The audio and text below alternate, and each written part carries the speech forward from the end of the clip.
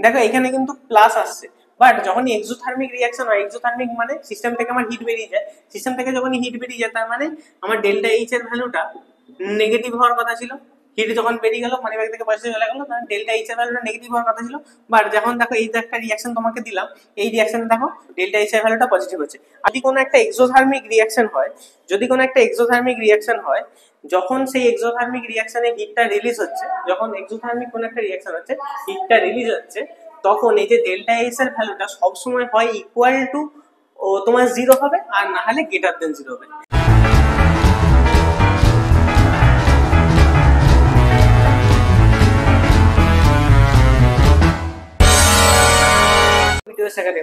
আমরা করছি থার্মোডাইনামিক্স। আজকে থার্মোডাইনামিক্স এর সব থেকে শেষ টপিক, সেটা হচ্ছে পার্ট 9। তোমাদের এখন অবধি আগে অবধি পার্ট 8 পর্যন্ত কমপ্লিট হয়ে গেছে, 9 এ আজকে সব থেকে লাস্ট।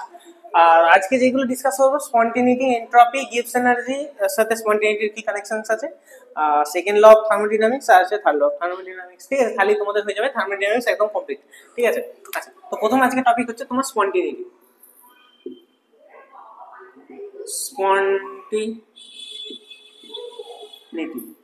আচ্ছা, স্পন্টেনিটি জিনিসটাই মানে একটা জিনিস শুনেই বুঝতে পারছি যে স্পন্টেনিয়াস মানে কোনো একটা জিনিস কন্টিনিউয়াস প্রসেস আমার হয়ে যাচ্ছে, কন্টিনিউয়াস প্রসেস আমার হয়ে যাচ্ছে। তার মানে তুমি ধরো একটা কোনো রিয়াকশন করছো, ধরো কোনো একটা রিয়াকশন করছো, রিয়াকশনটা যদি নর্মাল স্টেট হিসেবে মানে নর্মালটা রিয়াকশনটা ধরো তুমি করছো, রিয়াকশনটা যদি একটা স্টেপের পর একটা স্টেপ, একটা স্টেপের পর একটা স্টেপ যদি তোমার কন্টিনিউ হতে থাকে, তাহলে তুমি বলবে সেটা আমরা একটা স্পন্টেনিয়াস রিয়াকশন। মানে যদি সেটা ইরিভার্সিবল হয়, বলতে চাইছি মানে ধরো কোনো একটা রিয়াকটেন্ট ছিল, সেখান থেকে প্রোডাক্ট হয়ে গেল, প্রোডাক্ট থেকে যদি রিয়াকটেন্ট চলে আসে তাহলে আমার স্পন্টেনিটি চলে গেল। কিন্তু যদি রিয়াকটেন্ট যেটা দিয়ে সেটা ফার্দার প্রোডাক্টের দিকেই শিফট করতে যায়, প্রোডাক্ট থেকে কিন্তু রিয়াকটেন্ট দিকে যদি শিফট না করে, তাহলে আমি বলবো সেটা আমার স্পন্টেনিয়াস। তার মানে প্রথম যে এটা হয়ে যাবে সেটা হচ্ছে স্পন্টেনিয়াস মানে কোনো একটা জিনিস ইরিভার্সিবল রিয়াকশন, ইরিভার্সিবল রিয়াকশন। এবার ব্যাপারটা হচ্ছে স্পন্টেনিটি, যে যখনই ইরিভার্সিবল রিয়াকশন হবে, তোমাদের মাথায় আসবে যে ইরিভার্সিবল রিয়াকশন মানে কোনো একটা জিনিস স্টেবলের দিকে এগোচ্ছে, তবেই না কোনো একটা যখন রিয়াকশন হয়, তখন রিয়াকশনটাতে আমরা কি করি, কোনো একটা জিনিস থাকে সেই জিনিসটা স্টেবিলিটির দিকে যায়, তবে তো সেটা রিয়াকশন হচ্ছে। তার মানে তুমি বলবে এখানে এন্ট্রপি যে চেঞ্জটা হবে, এন্ট্রপি যে চেঞ্জটা হবে সেটা সবসময় স্টেবিলিটির দিকে যাবে। তার মানে তুমি বলবে যে এটা তো এক্সোথার্মিক হবে, মানে সবসময় হিট রিলিজ হয়ে যাবে, এক্সোথার্মিক প্রসেস। বাট সমস্যাটা হচ্ছে শুধুমাত্র কি এন্ট্রপি চেঞ্জটা এক্সোথার্মিক প্রসেসই হবে? কারণ নর্মালি যখনই আমরা স্পন্টেনিটির কথা বলি, এন্ট্রপি চেঞ্জের কথা বলি, তখনই আমাদের মাথায় এটাই আসে যে কখনোই একটা জিনিস কন্টিনিউয়াস হলো, ইরিভার্সিবল রিয়াকশন হলো, তার মানে এনার্জি রিলিজ হয়ে যাচ্ছে, জিনিসটা স্টেবিলিটির দিকে এগোচ্ছে, মানে সেটা এক্সোথার্মিক প্রসেস। বাট আমরা কিছু কিছু জায়গায় এমনও দেখেছি যেখানে আমরা দেখবো যে এক্সোথার্মিক প্রসেস এটা কিন্তু হয় না। যেমন তোমাকে যদি আমি কিছু এক্সাম্পল দিই, যদি আমি বলি হাফ এনএ, এটা গ্যাসিয়াস অবস্থায়, আর এটা যদি গ্যাসিয়াস অবস্থায়, আর এন এর সাথে তোমার কি করবে বলতো, O2, একে ধরো এনাকে নাইট্রোজেন আর অক্সিজেন, এখান থেকে যখন তৈরি হয় তোমার NO2, যেটা তোমার হয় গ্যাস। এখানে দেখা গেছে যে ডেল্টা এইচ যে ভ্যালুটা আছে, ডেল্টা এইচ এর যে ভ্যালুটা আছে, এটা তোমার কত হয়, প্লাস 33.2 কিলোজুল পার মোল। দেখো এখানে কিন্তু প্লাস আসছে, বাট যখনই এক্সোথার্মিক রিয়াকশন হয়, এক্সোথার্মিক মানে সিস্টেম থেকে আমার হিট বেরিয়ে যায়, সিস্টেম থেকে যখনই হিট বেরিয়ে যায় তার মানে আমার ডেল্টা এইচ এর ভ্যালুটা নেগেটিভ হওয়ার কথা ছিল। হিট যখন বেরিয়ে গেল মানে ব্যাগ থেকে পজিটিভ চলে গেল, তখন ডেল্টা এইচ এর ভ্যালুটা নেগেটিভ হওয়ার কথা ছিল। বাট যখন দেখো এই যে একটা রিয়াকশন তোমাকে দিলাম, এই রিয়াকশন দেখো ডেল্টা এইচ এর ভ্যালুটা পজিটিভ হচ্ছে। আরেকটা রিয়াকশন তুমি যদি দেখো, যদি আমি বলি যে কার্বন এটা সলিড আছে, মানে গ্রাফাইট ফর্মে আছে, কার্বনটা গ্রাফাইট ফর্মে আছে, এর সাথে যখন আমি সালফার দিচ্ছি, কার্বনের সাথে যখন সালফার দিচ্ছি, এখানে তোমার তৈরি হচ্ছে, দুটো সালফার দিচ্ছি, CS2। ঠিক আছে, এইখানেও তোমার দেখা গেছে যে ডেল্টা এইচ এর ভ্যালুটা কিন্তু পজিটিভ আছে। ঠিক আছে, ডেল্টা এইচ এর ভ্যালুটা পজিটিভ আছে। কত পজিটিভ আছে না, এখানে 33 আছে, এগুলো অনেক বেশি আছে, 128.2 সামথিং কিলোজুল পার মোল। ঠিক আছে, তো স্পন্টেনিটি মানে একটা জিনিস আমরা বুঝবো যে রিভার্সেবল নয়, সবসময় রিঅ্যাকশনটা ইরিভার্সেবল হবে। বাট এন্ট্রপি চেঞ্জটা শুধুমাত্র এটা কখনোই বলা যায় না এন্ডোথার্মিকও হতে পারে, এন্ডোথার্মিক প্রসেসও হতে পারে। মানে ডেল্টা এইচ এর ভ্যালুটা নেগেটিভ তো ম্যাক্সিমাম কেসে হবে, বাট কিছু কিছু কেসে পজিটিভও হতে পারে। এই জিনিসটার উপর কিন্তু ডিপেন্ড করে না স্পন্টেনিটি, স্পন্টেনিটি শুধুমাত্র ডিপেন্ড করে যে রিঅ্যাকশনটা ইরিভার্সিবল কি রিভার্সিবল। যদি ইরিভার্সিবল হয় তখন সেটা স্পন্টেনিয়াস, যদি রিভার্সিবল হয় তাহলে সেটা স্পন্টেনিয়াস নয়। তাহলে আজকে তোমাদের প্রথম টপিক গেল স্পন্টেনিটি। নেক্সট আমাদের এনট্রপি।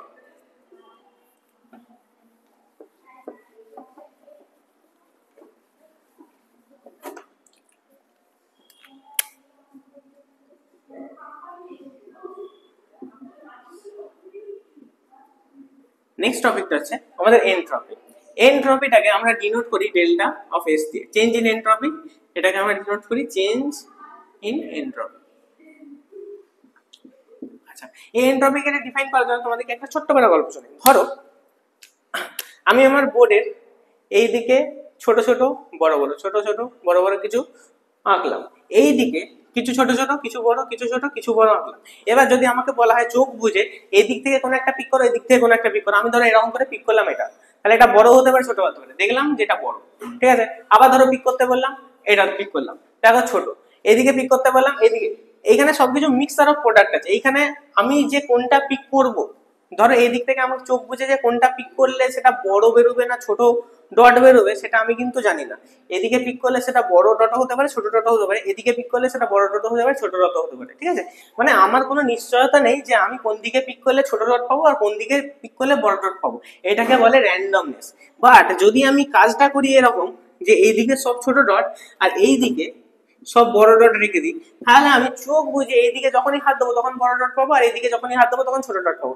এই জিনিসটাই হচ্ছে আমার এনট্রপি, যে এই যে র্যান্ডমনেস, এইখানে যখন আমি দুদিকে দুটো আলাদা আলাদা করে দিলাম, এদের দুজনের মধ্যে র্যান্ডমনেসটা একদম আমি কম করে দিলাম। বাট যখনই একটা মিক্সার অফ প্রোডাক্ট থাকবে তখন আমাদের যখন জিনিসটা কোনো স্পেসিফিক্যালি অ্যারেঞ্জ থাকবে না তখন তার মধ্যে র্যান্ডমনেসটা বেশি হবে।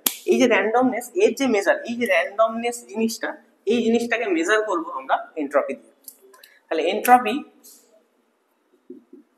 entropy is a measure of the randomness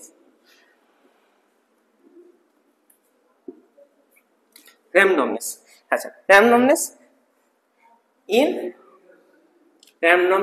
আচ্ছা কোথায়, একটা সিস্টেম randomness or ডিসঅর্ডার বা র্যান্ডমনেস মেজার করা ইন আ সিস্টেম, ঠিক আছে। ডেল্টা এস টাকে আমরা সরি চেঞ্জ ইন এনট্রপি এটাকে আমরা ডিনোট করি ডেল্টা এস দিয়ে। যদি শুধুমাত্র এনট্রপি বলি, শুধুমাত্র এনট্রপি যদি আমি বলি তাহলে এটাকে ডিনোট করি আমরা এস দিয়ে, ঠিক আছে। আচ্ছা এবারে যে এনট্রপি এস, এখানে কিছু ব্যাপার স্যাপার আছে। এখানে আমরা দেখবো এরা দুজন ডিপেন্ডেন্সি অন হিট আর টেম্পারেচার, হিটের সাথে আর টেম্পারেচারের সাথে কেমন কেমন ভাবে ডিপেন্ড করে, হিট এর সাথে কেমন ডিপেন্ড করে আর টেম্পারেচারের সাথে কেমন করে ডিপেন্ড করে। যদি বলি কোনো একটা সাবস্টেন্সে আমি হিট বাড়াচ্ছি, তার মানে এখানে র্যান্ডমনেস বেড়ে যাচ্ছে, যখনই র্যান্ডমনেস বেড়ে যাচ্ছে আমার এস এর ভ্যালুটা বাড়ছে, তার মানে S is directly proportional to heat বলতে পারো, তার মানে S is directly proportional to Q. এটা আমার প্রথম বলে গেল। এবার ধরো আমি যে টেম্পারেচার বলছি, টেম্পারেচার যখনই তোমার আসবে, টেম্পারেচার যখনই আমার আসবে, ধরো একটা সিস্টেম আছে, তুমি বললো একটা সিস্টেমে যখনই আমি টেম্পারেচার ইনক্রিজ করবো তখনই টেম্পারেচার ইনক্রিজ হলে হিট বাড়বে, র্যান্ডমনেস বাড়বে, তাহলে S is directly proportional to temperature. খুব সহজে বলে দেবে, কিন্তু জিনিসটা ভুল। সবসময় জিনিসটা S is directly proportional to 1 by temperature. কেন বলছি, ধরো এইখানে একটা সিস্টেম আছে আর এইখানে একটা সিস্টেম আছে, দুটো সিস্টেমই আমি same amount of heat produce করছি। এবার এই সিস্টেমটা ধরো তুমি আর এই সিস্টেমটা ধরো একটা কোনো একটা ভি গাড়ি, ঠিক আছে। এবার ব্যাপারটা হচ্ছে ধরো তুমি এটা সাপোজ করো যে একটা ছেলের একদম খালি পেট আছে, 3 দিন ধরে কিছু খায় না, আর একটা ছেলে আছে যে মোটামুটি পেট ভরাই আছে। এবার তুমি যে সব থেকে বেশি খালি পেট আছে তাকে 1 গ্লাস গ্লুকোজ দিলে, তাকে একটুখানি হিট দিলে, টেম্পারেচার বাড়ালে, তার টেম্পারেচার বাড়ালে, যে একদমই খায়নি তাকে একটুখানি গ্লুকোজ দিলে, আর যার পেট ভর্তি আছে তাকেও একটুখানি গ্লুকোজ দিলে। তো যখনই যে খায়নি অনেকদিন ধরে তাকে যখনই তুমি গ্লুকোজ দেবে তখনই তার র্যান্ডমনেসটা, তখনই সে ছটপট বেশি করবে। কিন্তু যার পেট ভরা আছে তাকে তুমি গ্লুকোজ দাও, ঠিক আছে একটুখানি ছটপটানি করবে, ঠিক আছে, বাট যার কাছে কিছুই ছিল না সে কিন্তু ছটপটানি বেশি করবে। তাই জন্য বলছি যে এখানে আমার সিস্টেমের উপর ডিপেন্ড করছে, যে টেম্পারেচার বাড়ালেই যে আমার এখানে আমি টেম্পারেচার এখানেও আমি ইনক্রিজ করেছিলাম, এখানেও আমি টেম্পারেচার ইনক্রিজ করেছিলাম, ঠিক আছে, টেম্পারেচার আমি এখানেও ইনক্রিজ করেছিলাম, এখানেও ইনক্রিজ করেছিলাম, বাট এখানে যে সিস্টেমটা ছিল, এখানে সিস্টেমটা ছিল কি বলেছিলাম যে খাইনে দেয়নি অনেকদিন ধরে, তাই জন্য এখানে একটুখানি টেম্পারেচার দিয়েছি, এর র্যান্ডমনেস বেড়ে গেছে। এখানে আমি সেম টেম্পারেচার দিয়েছি কিন্তু র্যান্ডমনেস বাড়েনি। তাই জন্য এই যে এসটা আছে, এই র্যান্ডমনেসটা আছে, ইনভার্সলি প্রপোর্শনাল টু টেম্পারেচার আমাকে বলতে হবে যে যত আমার এসটা হবে টেম্পারেচারে টেম্পারেচার বাড়ালেই যে র্যান্ডমনেস বাড়বে তার নয়, টেম্পারেচার র্যান্ডমনেস ডিফারেন্ট মানে ইনভার্সলি প্রপোর্শনাল। তাহলে এই দুটো যে টপিক আমি বললাম, এই টপিকটা আর এই টপিকটা, এই দুটো থেকে মিক্স করে আমি বলতে পারি S is directly proportional to Q by temperature. তাহলে S equal to Q by T, ঠিক আছে, S is directly proportional S equal to Q by T, এটা আমি বলতে পারি। তাহলে আমাদের এই টপিকটা মোটামুটি বোঝা হলো। এরপর আছে next, gives energy of স্পন্টেনিটি and স্পন্টেনিটি। Gives energy এটা কি জিনিস আর এটা স্পন্টেনিটির সাথে কিভাবে কানেকশন আছে, গিভস এনার্জিটা কি জিনিস আর স্পন্টেনিটির সাথে কিভাবে কানেকশনটা আছে।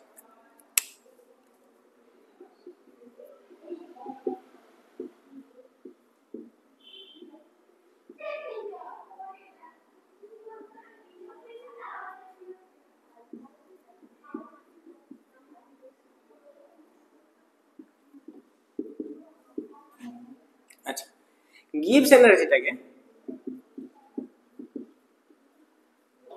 আমরা ডিনোট করি এইচ জি দিয়ে, গিভস এনার্জিটাকে আমরা ডিনোট করি জি দিয়ে, আর স্পন্টেনিটিটাকে আমরা ডিনোট করি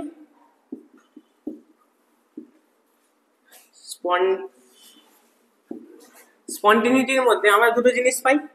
প্রথম যে জিনিসটা পাই সেটা হচ্ছে ডেল্টা এইচ, যে কতটা আমার হিট রিলিজ হচ্ছে কি হিট ইনটেক হচ্ছে। হিট রিলিজ হলে যেমন এখানে কি করেছিলাম যে S is directly proportional two কি ছিল, হিট আমি দিলাম ইয়ে বাড়লো। আর একটা হচ্ছে তোমার এস এর সাথে স্পন্টেনিটি তোমার এনট্রপির সাথে। তাহলে স্পন্টেনিটিটা দুটো জিনিসের উপর ডিপেন্ড করছে, এনট্রপি আর ডেল এইচ এর সাথে। তাই জন্য এই যে গিভস এনার্জি, এইখানটা আমরা খুব একটা ভালো ইকুয়েশন পাই যে G is equals to H minus TS. যদি আমি বলি চেঞ্জ ইন গিভস এনার্জি, যদি আমি বলি চেঞ্জ ইন গিভস এনার্জি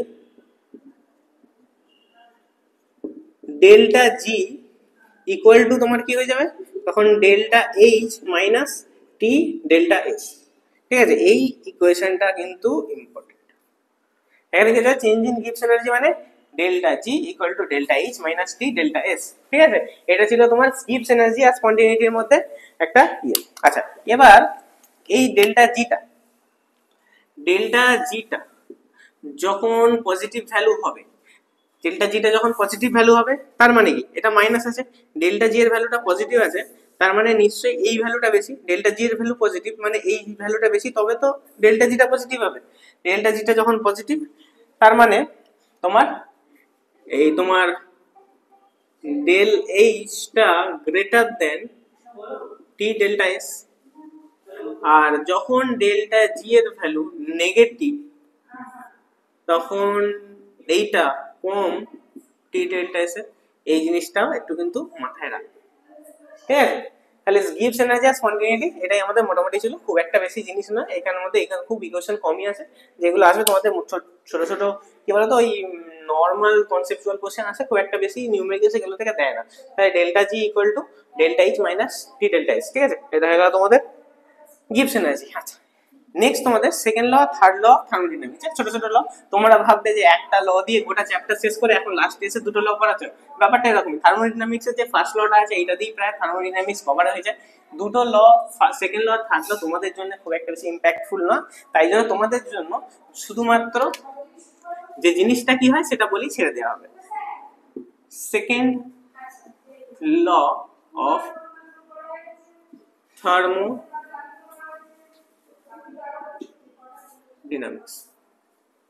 আচ্ছা, সেকেন্ড ল অফ থার্মোডাইনামিক্সটা প্রথমেই বলে দিচ্ছি ডেল্টা এস কে নিয়ে, মানে এনট্রপি কে নিয়ে, চেঞ্জ ইন এনট্রপি নিয়ে, এনট্রপি চেঞ্জ কে নিয়ে, ঠিক আছে। এটা হচ্ছে এনট্রপি চেঞ্জের কি নিয়ে। আচ্ছা, এবার ব্যাপারটা হচ্ছে সেকেন্ড ল অফ থার্মোডাইনামিক্স সেটা বলছে যদি কোনো একটা এক্সোথার্মিক রিঅ্যাকশন হয়, যদি কোনো একটা এক্সোথার্মিক রিঅ্যাকশন হয়, যখন সেই এক্সোথার্মিক রিঅ্যাকশনে হিটটা রিলিজ হচ্ছে, যখন এক্সোথার্মিক কোনো একটা রিঅ্যাকশন হচ্ছে হিটটা রিলিজ হচ্ছে, তখন এই যে ডেল্টা এস এর ভ্যালুটা সবসময় হয় ইকুয়াল টু ও তোমার 0 হবে, আর না হলে গ্রেটার দেন 0 হবে। কখন? যখন এক্সোথার্মিক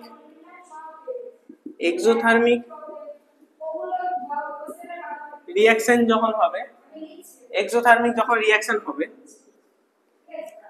তখন ডেল্টা এস এর যে ভ্যালুটা হবে হয় সেটা গ্রেটার দেন না হলে ইকুয়াল টু 0 হবে।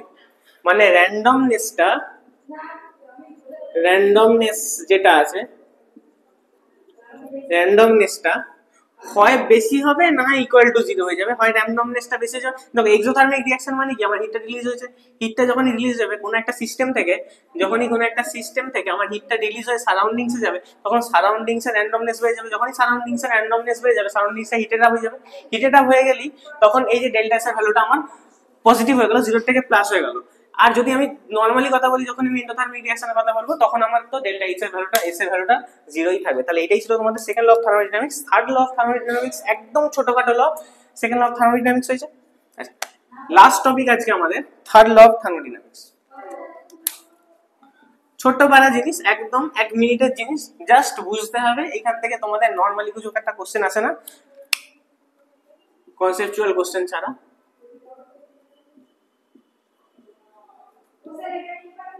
Third law of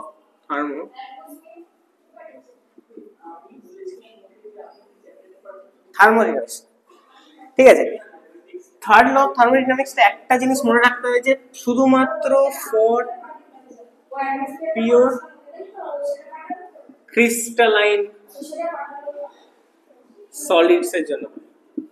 third law of থার্মোডাইনামিক্সে যেই লটা আমরা পড়বো শুধুমাত্র পিওর যে ক্রিস্টালাইন সলিড আছে, পিওর ক্রিস্টালাইন সলিড আছে সেটার জন্য হয়। যে পিওর ক্রিস্টালাইন সলিড হচ্ছে সেইটা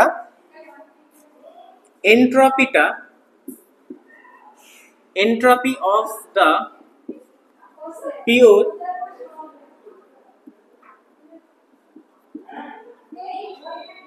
crystalline solid, ক্রিস্টালাইন সলিডের মানে পিওর ক্রিস্টালাইন সলিডের এন্ট্রপিটা কি হবে, যখন পিওর ক্রিস্টালাইন সলিডের এন্ট্রপিটা অ্যাপ্রোচ করবে,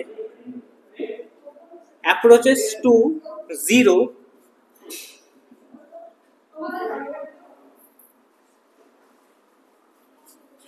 when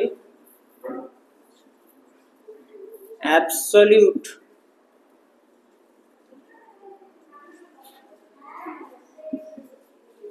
temperature will be 0। মানে বলতে গেলে যে পিওর ক্রিস্টালাইন সলিডে যখন 0 কেলভিনে যখন থাকবে, 0 কেলভিনে যখন পিওর ক্রিস্টালাইন সলিড থাকবে, তখন পিওর ক্রিস্টালাইন সলিডের এন্ট্রপিটা সবসময় 0 দিকে আসবে, শুধুমাত্র পিওর ক্রিস্টালাইন সলিডের জন্য। কেন পিওর ক্রিস্টালাইন সলিডের জন্য বলছি, কারণ নর্মালি যে সলিড লিকুইড গ্যাসের জন্য আছে, যে সলিড লিকুইড গ্যাসের জন্য আছে, তাদের কিন্তু যখন অ্যাবসলিউট টেম্পারেচার হয়, যখন 0 ডিগ্রি কেলভিন হয়, তখন কিন্তু তাদের এন্ট্রপিটা 0 হয় না। শুধুমাত্র ফর এটা ভ্যালিড ফর পিওর ক্রিস্টালাইন সলিডের জন্য শুধুমাত্র ভ্যালিড, আর কিছুর জন্য ভ্যালিড নয়। ওই জন্য থার্ড ল অফ থার্মোডাইনামিক্সে খুব একটা বেশি প্রেফারেন্স দেওয়া হয় না। 0 কেলভিনে কি বললাম, 0 কেলভিনে entropy of the pure crystalline solid approaches to 0। যখন তোমার অ্যাবসলিউট টেম্পারেচারটা হবে 0, তখন এন্ট্রপিটা পিওর ক্রিস্টালাইন সলিডে 0 দিকে হয়। নর্মাল সলিড লিকুইড গ্যাসের কিন্তু এই জিনিসটা হয় না, তাই জন্য এখানে শুধুমাত্র একদম বলা আছে যে অনলি পিওর ক্রিস্টালাইন সলিড। ঠিক আছে, তাহলে আমাদের লাস্ট টপিক ছিল এটা, যেটা হয়ে গেল আমাদের শেষ। আশা করি তোমাদের থার্মোডাইনামিক্স পার্ট করে আমার কাছে খুব ভালো লেগেছে। Thank you.